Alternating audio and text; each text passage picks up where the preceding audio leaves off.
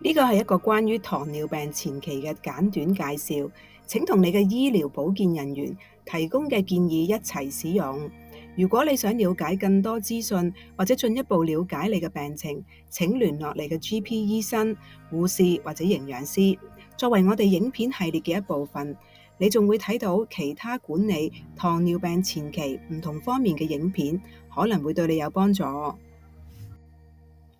糖尿病前期意味住你嘅血糖水平比正常高，但係血糖嘅水平仲未高到被診斷為二型糖尿病。不過已經顯示你患上二型糖尿病嘅風險較高啦。糖尿病前期本身亦都會增加罹患心血管疾病嘅風險。據估計，英國有640萬人係屬於二型糖尿病嘅高風險人群。研究發現，華人患有糖尿病嘅機率係白人嘅2到4倍，亦都唔一定因為超重而引致到二型糖尿病嘅。由於糖尿病前期通常冇明顯嘅症狀，你可能會透過喺 GP 醫生診所作出嘅血液樣本測試先至會發現到嘅。喺英國有幾種嘅糖尿病檢測方法，最常見嘅係通過 HbA1c 血紅蛋白嘅驗血測試，佢可以追查你過去3個月嘅血糖平均水平。如果你嘅 HbA1c 血紅蛋白驗血測試係介乎於42到47之間，咁就表示你嘅血糖係高於正常水平，並且係處於發展成為二型糖尿病嘅風險之中。通常當 HbA1c 血糖值係達到48或以上嘅話先至會被診斷為糖尿病嘅。糖尿病前期主要係由胰島素抵抗所引起嘅。當你嘅肌肉、脂肪同埋肝臟細胞對胰島素嘅反應唔正常嘅時候就會出現呢啲情況啦。胰島素係由胰臟分泌嘅激素，係維持生命同埋調節血糖水平嘅必要元素。當你體內嘅胰島素不足，或者係身體對胰島素嘅反應唔正常嘅時候，就會導致血糖水平升高啦。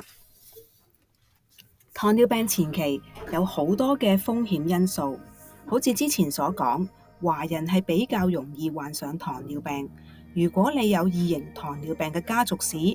體重較重，尤其係肚腩部位，每星期運動少於3次，年紀較大，吸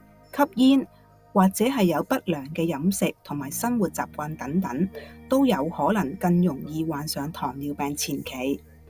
糖尿病前期嘅主要併發症係佢可能引發成為二型糖尿病。如果處理不當，可能會出現心臟病發、中風、眼睛問題、腎臟問題或者係神經損傷等併發症。呢啲都係我哋唔想亦都唔希望有嘅併發症，所以而家就要好好咁管理我哋嘅身體啦。其實有好多方法可以幫助你降低血糖水平同埋預防二型糖尿病㗎。冇一種飲食嘅方法係適合晒所有嘅人㗎，但係喺糖尿病前期，我哋希望強調健康嘅飲食包含咗豐富嘅水果、蔬菜、果仁、全穀物同埋健康嘅脂肪。我哋要嘗試控制碳水化合物嘅攝取量，包括米飯、粉麵、薯仔、饅頭、麵包、餅乾同埋粥等等。同時應該增加植物性蛋白嘅攝取，例如係紅豆、綠豆、腰豆、大豆製品、豆腐等混合嘅豆類，仲有係魚類、雞蛋同埋去皮雞肉等等。呢啲都有助你減少攝取唔健康嘅脂肪，例如係嚟自羊肉、牛肉、豬肉、鴨肉等嘅脂肪。喺可能嘅情況下，我哋嘅目標係要喺飲食之中加入大量各式各樣嘅蔬菜或者係沙律。如果你經常食高糖、高鹽同埋高脂肪嘅零食，例如係薯片、朱古力、鹽焗果仁、餅乾、麵包等等，你可能需要尋找更健康嘅代替品啦，以減少超重，引發成為二型糖尿病、高血壓同埋高膽固醇嘅風險。你仲需要注意出外用餐或者係外賣嘅次數，因為呢啲食物中往往係含有大量隱藏嘅脂肪、糖同埋鹽。請參考我哋另一個關於健康飲食嘅影片，以獲得更多資訊。你可以考慮每星期增加運動量，多做運動有助於減輕壓力，亦都有好多嘅健康益處。隨住年齡嘅增長，我哋會開始更容易流失肌肉，咁樣會更難去保持健康嘅體重。另外，有好嘅肌肉質量，亦都有助於更好嘅控制血糖。如果可以嘅話，請嘗試喺餐後半小時後做輕量嘅運動，例如係喺你食完午餐之後散步。全國性嘅活動建議係每星期進行150分鐘中等強度嘅運動，呢個更容易係分為每天30分鐘，每星期至少5次嘅運動，包括快步走、園藝、太極，同你嘅仔女或者係孫仔孫女玩，或者係做運動、行山等等。為咗保持肌肉，建議每星期至少做2次訓練肌肉或者係抗阻力嘅運動，例如係行樓梯、掌上壓、踩單車，或者係喺健身室做運動等等。吸煙會對身體造成多方面嘅負面影響。對糖尿病前期患者嚟講，戒煙可以改善胰島素嘅運作方式，從而改善血糖水平。戒煙亦可以改善血液中嘅膽固醇，有助減少心血管疾病。如果你希望獲得戒煙方面嘅資訊或者係幫助，請向你嘅 GP 醫生或者係醫療保健人員了解更多。當你發現自己血糖偏高而感到有壓力嘅時候，請慢慢處理呢啲健康資訊，唔好驚去同其他人尋求協助，同人傾偈或者尋找開心嘅方法嚟減輕壓力，都有助改善你嘅血糖㗎。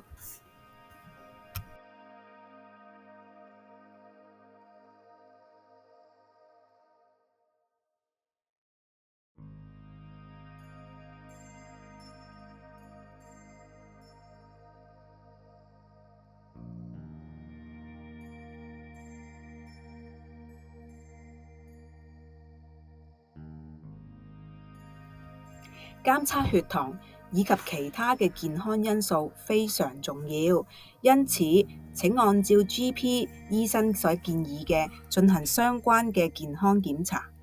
由於血糖管理每年都可能產生變化，因此及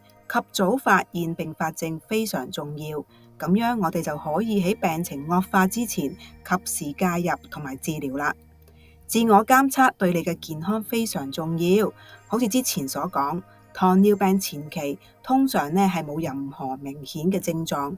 所以如果你開始出現以下任何嘅症狀，請盡快向你嘅醫生諮詢，包括係排尿頻繁，尤其係喺夜晚，最近覺得好易攰，喺冇刻意減磅嘅情況下體重下降，生殖器痕癢或者係念珠菌感染，傷口復原嘅時間比平時長，視力模糊，極度口渴。多謝你嘅細心聆聽，我哋希望透過呢次嘅簡介，能夠幫助你更加了解乜嘢係糖尿病前期，以及你可以做啲乜嘢嚟照顧自己同埋預防二型糖尿病。